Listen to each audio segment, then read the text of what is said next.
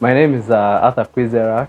I am from the Chaitiri Day cohort of Namilyango College. I was a hand-loan house member. Our cohort is 91 to 97.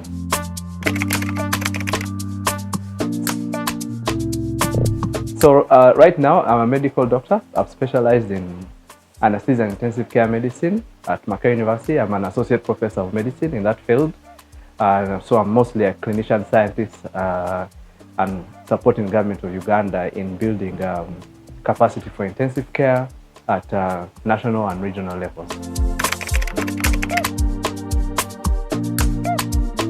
Briefly, to explain what anesthesia and intensive care is whenever you're going to undergo surgery, the perioperative, the surgeon, obviously, we call the anesthesiologist omusirisa. The role of the anesthesiologist is to make sure, or the anesthesia provider, because we have two cadres. We have those who are doctors and those who are not doctors, but they're both well trained within the limits of their roles. And our role is to make sure that when you are asleep, when we put you to sleep, you don't feel in pain, your body is comfortable, and the surgeon is able to do his job and to do it happily. And then when you wake up, we wake you up, you make sure that you're not in pain, that you're comfortable, all the way until you're discharged to your ward. Anesthesia has 4 major branches of practice. There's intensive care medicine. Intensive care medicine is when you're very, very, very sick and one of your organs is unable to support itself. And we will admit you to a special area, which has so many machines and monitors and so on, to support that organ and let it recover as we are trying to treat the cause. So I'll give you an example. Recently, we had COVID, which is what a lot of people know. During COVID, many people suffered very severe respiratory failure. They were not able to breathe. They were not able to either breathe or even put in enough oxygen into their bodies. So we would have to admit them into an ICU and give them advanced oxygen therapy, breathe for them as we are treating the cause, which in this case was COVID pneumonia. And then, God willing, hopefully, as they were recovering, we would also slowly withdraw the support. So the other forms of, the other areas of anesthesia, there's what we call pain medicine. We have patients who have very chronic pain conditions that are not controlled by our conventional Panadol and Brufen and so on. And in this case, we use other specialized means to deal with that ailment. The other area of, then again, within anesthesia, we have obstetric anesthesia. So they can either give you what we call an epidural. You're able to push your baby out without feeling pain. Or if you're going into the operating room, they're the ones who give you that injection in the back that also makes sure the surgeon operates and safely removes your baby without you feeling pain. Then we have pediatric anesthesiologists. These are those who look after babies who are undergoing operations. Then we have cardiac anesthesiologists. Those are those who look at, you'll find them at the Uganda Heart Institute, who are putting people to sleep who are having open heart surgery. So you find that anesthesia has a very, very diverse mix of subspecialties. Then we also have those that deal in just trauma.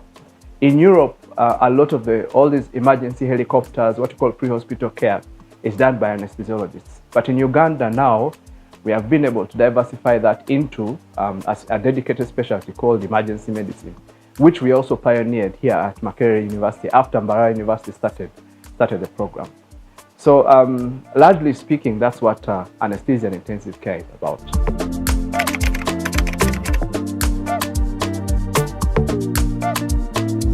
I think that has been a general problem around many low middle-income countries, including Africa. One, it's a very hard field. It's hard from the fact that many governments have not recognized its need, taken it very seriously. Secondly, it's also very demanding academically.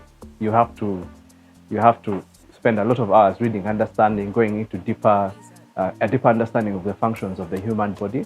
And thirdly, it takes very long hours. A typical provider will be in theater for 12 to 14 hours per day. And now, because we are very few, we end up overworking. So what happens is that in a very short time, you're burnt out.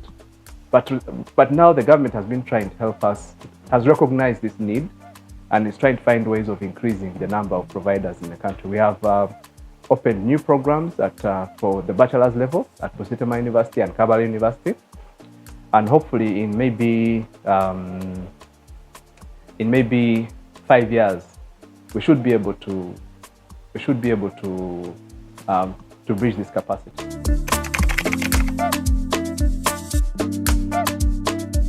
We call that emergence delirium.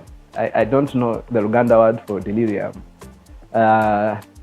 but sikugwaddalu. But you know, it's obvious it's almost like that. But what the reason usually is that there are reasons. The patient will be agitated, the patient will be in pain, the patient will be confused. They don't know where they are when they wake up. Now, all those are hallmarks of a poor quality anesthesia provider.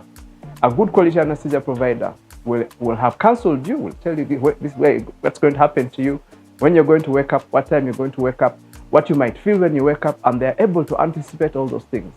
So that delirium might be because either there's too much drug still left in the system, or Gwemwita caliform. There is maybe too little oxygen going to the brain, which you know, reduced oxygen in anybody will either make you unconscious or make you very confused. And that's the agitation. And those people can be very strong. You know, bagamba omulalo tewali asinza omulalo amaanyi. But I'm not trying to talk badly, but it's one thing that people can see. To subdue someone who has gotten mentally ill, you take about 20 strong men. So we do see some of those things, but it's not a good sign of your practice of anesthesia.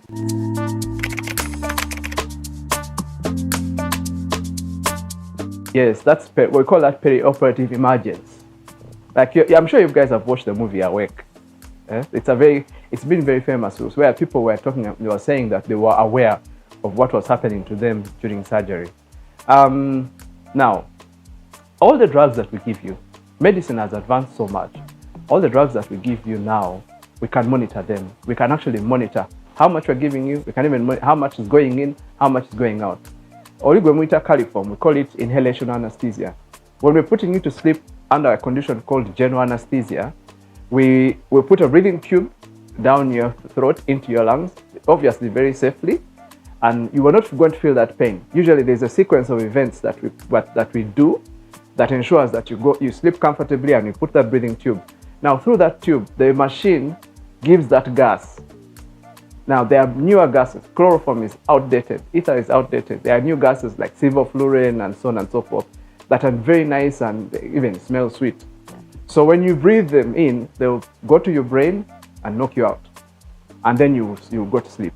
We have monitors we place on your brain that tell us the level of sleep that you have, attained. And they tell us, okay, and then you can tell the surgeon, okay, you can start. Because there we know that you're in a very deep but safe sleep. Because there are other things. These drugs that we give you in the system have side effects. Some people have had cardiac arrest on the operating table. So you're able, it's like a pilot taking off, it's turbulent, it's all that. And what we do is, you see, even in the aeroplanes, the cabin crew are the ones who are told, okay, stand up and start feeding the crew when you're at cruising altitude. So anesthesia is like that. Then when we're about to take off and land, it means that to land, the surgeon has finished. Then we slowly then bring you back to landing in a manner that is safe. So we no longer use caliform. I know some people use it for nefarious deeds, but I hope none of them is Angonian.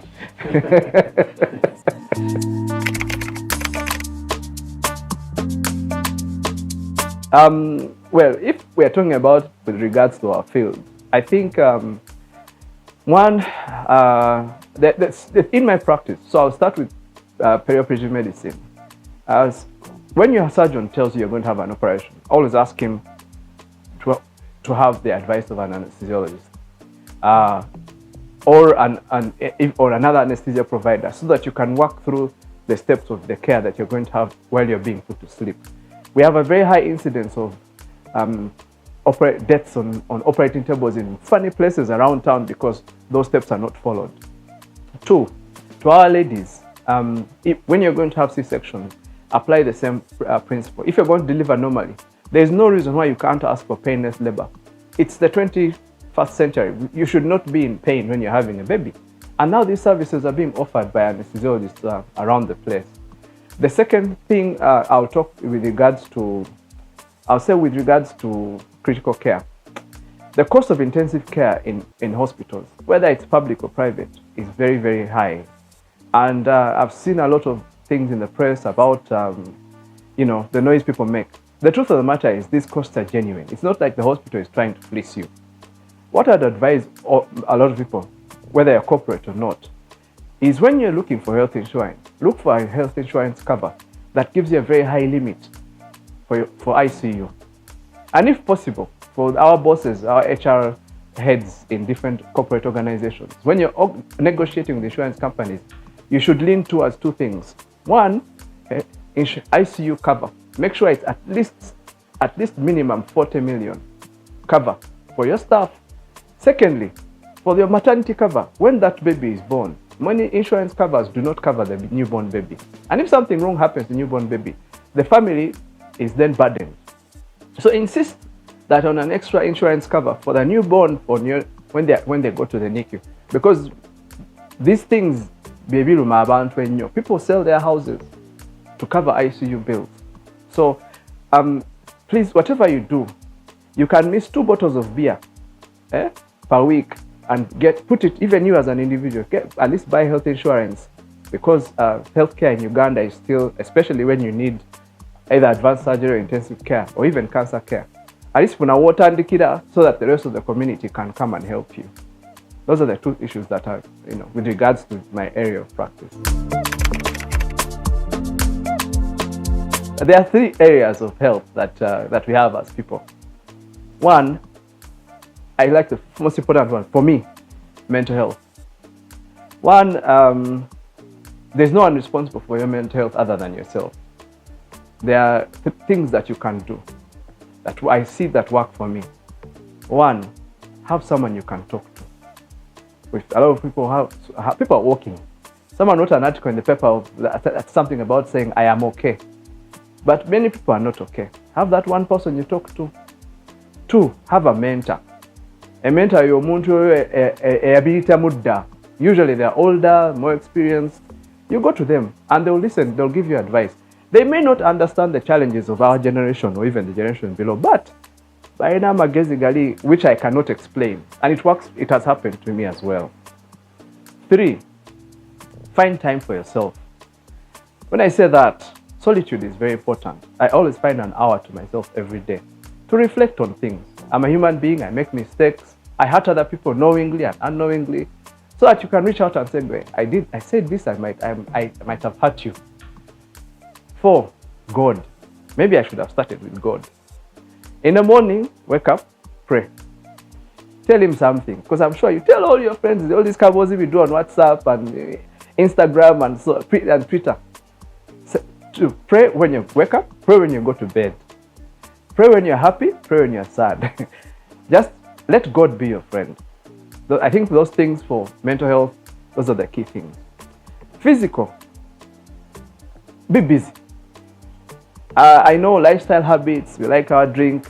Everything you do everything in moderation. If you don't take alcohol, don't start. If you take alcohol, never blackout drink. I'm just being practical. Secondly, when you're above 40, go and have liver function test as part of your body workout. For nutrition, listen to Dr. Kasenene. I have nothing beyond that. I would like to say that Namilyango gave me the spine. There are 2 very influential people in my life, my father and Namilyango College. When I came to Namilyango, my charity difference, I was like a softie, I was still figuring out life. I didn't even know how to read. I think I remember my first term in Namilyango. We were 177 students in all the 3 streams, and I was the 172nd at the end of the term. And I struggled like that, and I thank, I had friends who I started to look up to. My favorite teacher was Mr. Okidi, PC, and he really spoke. He really saw the potential that I had and guided me. That school really taught you how to be a man, how to be to be a friend to others, to be reliable on yourself, to be, and it hardened. It hardened you, of course, via the rugby pitch and in other ways. And if you can see it in the community, we have quite a few luminaries in my medical school. I have some really great mentors. Professor Joloba was my PhD supervisor. Sewankambo, Professor Wankambo has been my mentor. Professor Serwada, those are my mentors. Those are people who are making me what I am becoming. So yeah, I think to me it's still the school of choice in shaping up young men into.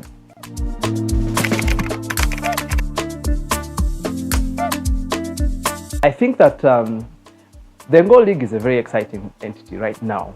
I think it's the league with the most vibes, and I am declaring my conflict of interest. But and there are many ways you can make it better. One, if the cohorts can pay their subscriptions, I'm sure it can give the organizers more incentive to do more. Then, of course, I'm a rugby guy. I like football, but I'm a rugby guy, and if you can add sevens touch rugby at one of the galas, the sports galas, Ngo sports galas, we had sevens rugby as one of them. That was at MUBS. But then for this Ngo League that is periodic, if we can have touch rugby, and you can even encourage participations from our wives and girlfriends to be part of teams, and it can add a certain flavor to the Ngo League. At the moment, like I've said, it's still the league to come to. And there are many things that we can do. We can go regional. We have OBs all over the country. We can say this time we are going Gulu edition, then Mbale edition, Ginger edition, and and they're adding other attractions. If you say Ginger edition, there's kayaking, there's all these extras, and I'm not going to say Nyege edition, but the